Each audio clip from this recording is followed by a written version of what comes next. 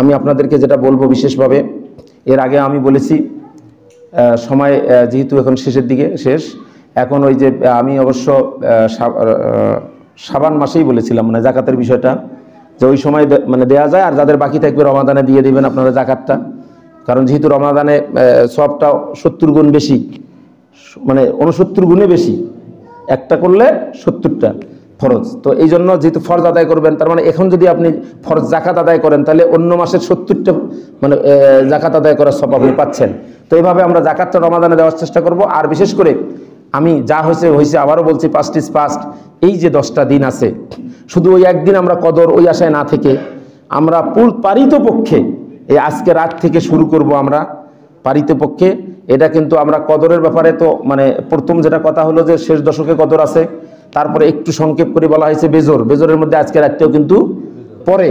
অবশ্যই অবশ্যই এই রাতগুলোতে আমরা কম ঘুমানোর চেষ্টা করব, না ঘুমাতে পারলে আরো ভালো। আপনারা এই একটু রেস্ট নিলেন, হয়তোবা এখানে ইফতার করলেন বা তারাবি পড়লেন, যায় একটু হয়তোবা একটু শুয়ে একটু আরাম করলেন, ঘুমানোর অত দরকার নেই, একটু হয়তো শুয়ে থাকলেই কিন্তু একটু ক্লান্তি দূর হয়।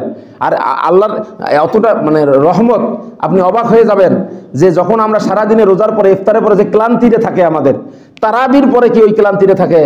তারাবির পরে মানে আবার একটা সুন্দর এনার্জি তৈরি হয়ে যায়। এটা আল্লাহর রহমতে। তো এখন চেষ্টা করবেন সব সময়।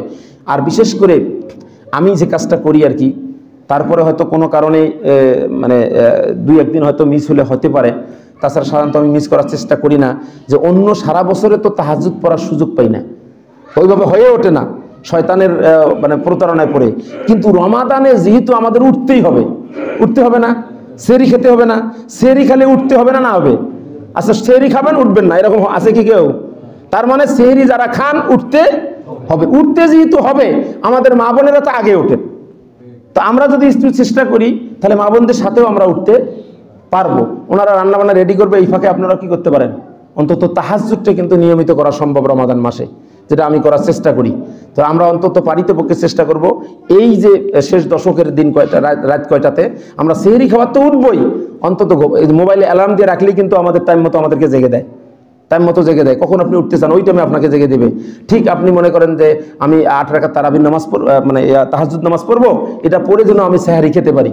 তো এইভাবে আমরা এই রমজানের এই শেষ দশকটা আমরা ওই রাসূল যেহেতু কোমর বেঁধে নামতেন, আমরা আজ থেকে প্রস্তুতি নেই যে রমাদানের এই শেষ দশকের রাত কয়টাকে আমরা সেভাবে কাজে লাগাবো, সেইভাবে কাজে লাগাবো। জীবনে অনেক ঘুমাতে পারবো, জীবনে অনেক ঘুমাতে পারবো।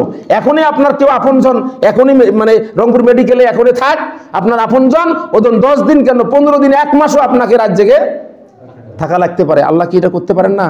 কত মানে হাসপাতালের বারান্দায় কত রাত কাটাইছি, আসি না এরকম মানুষ? কত কাটাইছি, আল্লাহ কি পারেন না? অবশ্যই পারেন। তা আজকে আমরা নিয়ত করব, সিদ্ধান্ত নিব এই শেষ দশকটাকে আমরা সেইভাবে কাজে লাগাবো, কারণ এই শেষ দশকের ভিতরে আছে সবচেয়ে বড় রমজানের মানে কল্যাণ, বরকত।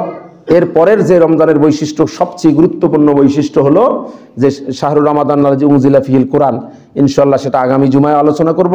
এর আগে তো আমাদের লাইলাতুল কদরও আছে, সেটাও আমরা আলোচনা করব। আর যে 2-3টা বৈশিষ্ট্য আছে ওই দিনে ইনশাল্লাহ শেষ করে দেব।